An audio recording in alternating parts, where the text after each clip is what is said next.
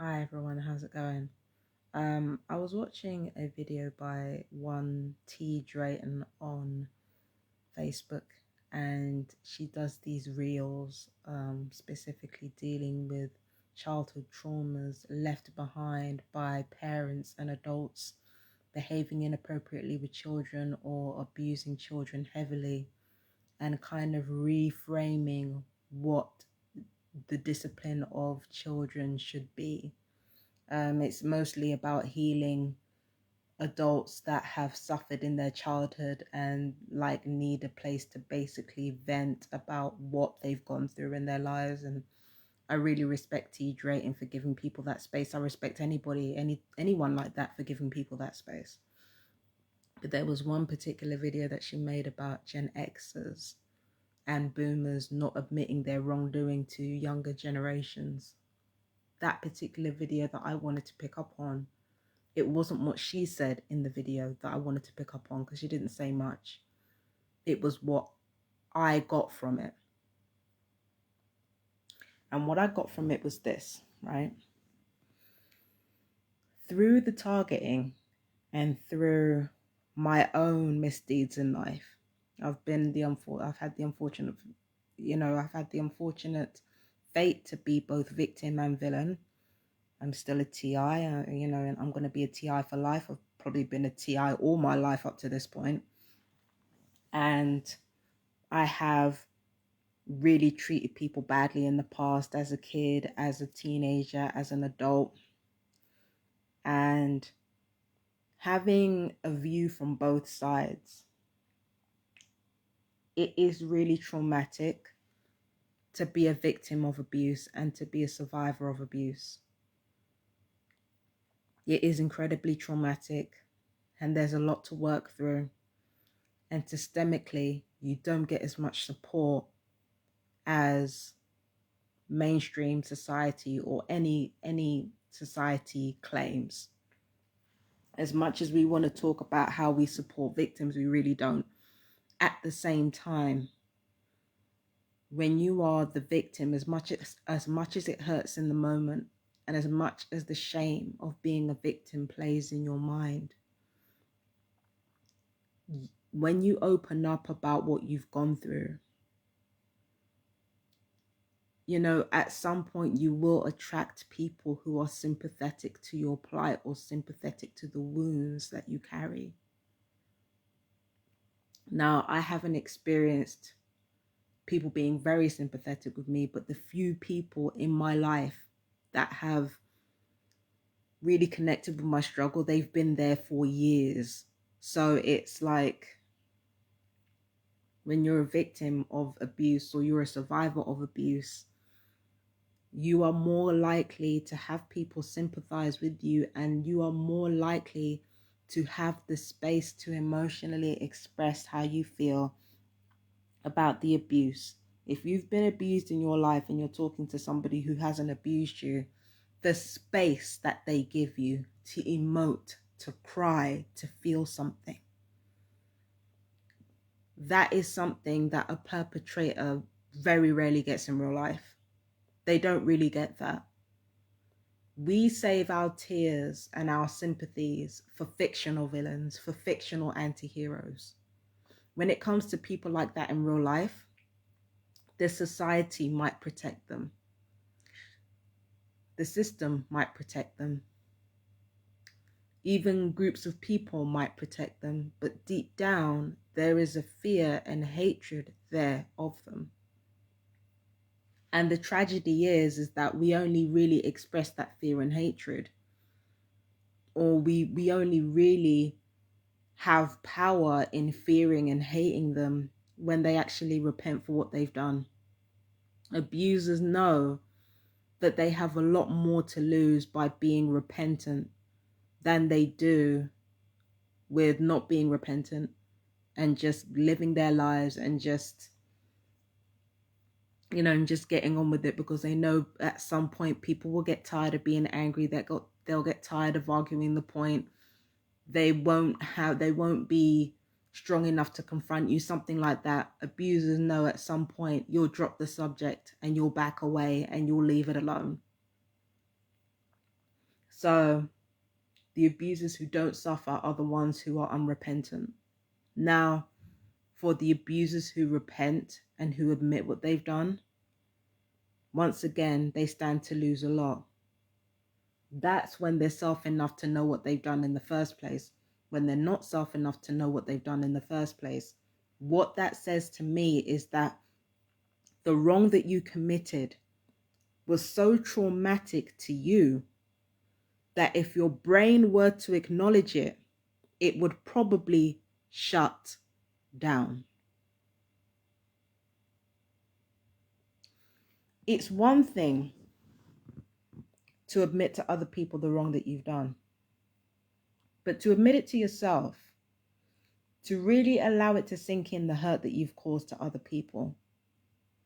There's a trauma from guilt that comes with that, which from my experience is a lot stronger than the trauma from shame.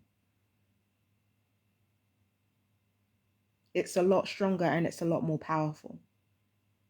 I say this not so that you can have sympathy for people who have perpetrated harm against you. I'm not saying that so that you can have sympathy for them. In fact, I'm saying it for the opposite reason. I'm saying it so that regardless of however they act or react to, regardless of however they react or regardless of whether or not you actually confront them about their abuse, I want you to know that it's not personal to you, that they won't admit to you what they've done. I want you to feel like you can vent, you can have your emotional moment and not feel like a failure or not feel ashamed of yourself, whatever you decide to do with the abuse that's actually happened to you. I want you to feel safe in your emotions. That's the only reason I'm telling any of you any of this. I want you to feel safe in your emotions and I want you to feel safe in feeling it. And I don't want you to feel ashamed of what you went through. And I want you to know that the people who hurt you, it looks like they've gotten away with it.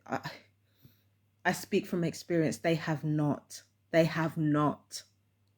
Because even if they don't suffer in the exact same way that you suffered, I guarantee, this is my guarantee to you. Whatever they've done to you, they've gone through 7 times worse than what you've gone through. That's A. B, if a part of their brain blocks out what they've done, once again, it can be simply because the thought of them being so horrible to people or horrific to people genuinely traumatizes them. Otherwise, why would your brain block it out? Sometimes it's traumatic for abusive people to be themselves. That's the thing that nobody realizes. It is traumatic for abusive people to be themselves. That's why they lie. That's why they cover things up. That's why they gaslight. That's why they don't apologize for anything that they've done. That's why they don't take responsibility. Because the trauma from the shame that we feel, or the shame that victims and survivors feel from being abused, is almost nothing compared to the guilt that the people feel in doing this to you. And it gets even worse when they realize they don't know any other way to be, even with instruction.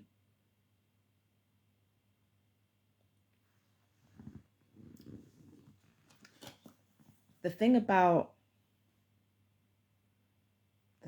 it is this. I've repeated this a lot of times during this video. If people won't admit their wrongdoing, it's because they can't emotionally handle it. And especially if they're from older generations. Fuck's sake, it's hard enough for, millennials and Gen Zs to admit their mistakes. And we're probably the most self-aware and, heavily criticized generations so far. Do you understand what I'm saying?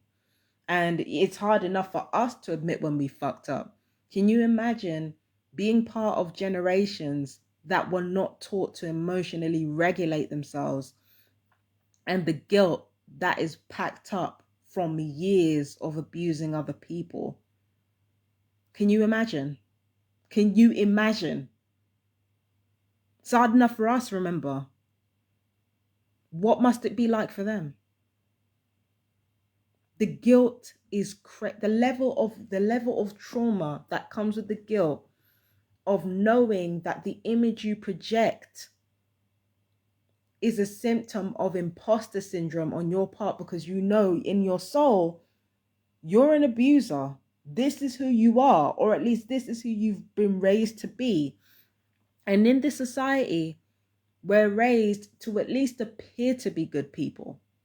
Imagine that even in your own mind you're on a good person, and you look in the mirror and you're like, you've convinced yourself that you're a good person in spite of everything that you've done, and then along comes somebody who says, look, you did this, you did this, you did this. And then the disconnect between the self-image that you put out there and who you really are, that disconnect, those worlds collide, and it causes a whole lot of emotional pain.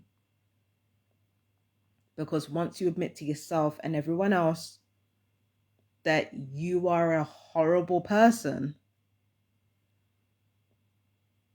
then comes years and even decades of having to form relationships from scratch, going through most of the process of atoning for your wrongdoing on your own, because 9 times out of 10 your victims, you won't be able to see your victims again, and if you do, they'll probably hate you. Or the people that you used to know, you run the risk of losing them. You run the risk of losing the life that you used to know as a perpetrator seeking redemption. You run the risk of losing everything that you used to know, everything that you used to hold dear. You stand risk of losing it all and having to start all over again, and begin years and even decades of rebuilding your life and becoming a person who no longer does these things. And that's a hard thing to do. If you've been abused in your life, if you're still being abused, understand that the reason why these people won't admit what they've done to you is not because they don't know it's wrong. They know it's wrong. But it's either one of two things. One, they don't care, which is always possible. And two, the trauma of knowing what they've done and knowing who they truly are is too much for them to handle. They've built a world of lies around themselves, and they can't admit the truth of what they truly are. It makes them hate the world. It makes them resent the world. And again, I'm not saying this to make you guys feel bad, to make victims feel bad. I'm not even saying this to make perpetrators feel bad, honestly. I'm just saying it so that victims and survivors of abuse know that regardless of how you react to your abuse, whatever you go through, I want you to walk through this life unashamed of how you process your pain. And if these people don't admit their wrongdoing to you, you don't take it personally. You don't take that in your heart. You let it go and let them deal with the trauma of knowing who they truly are. Let them deal with it. Let them deal with it. You don't have to take it on.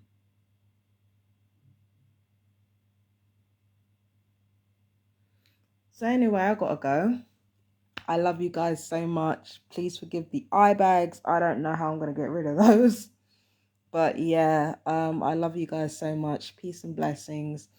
You guys take care. I'm gonna go to bed now. What time is it? It's almost 11. Jesus. Lost track of time today. Anyway, I'm gonna go to bed. That's what I'm gonna do. Got a reading tomorrow to do.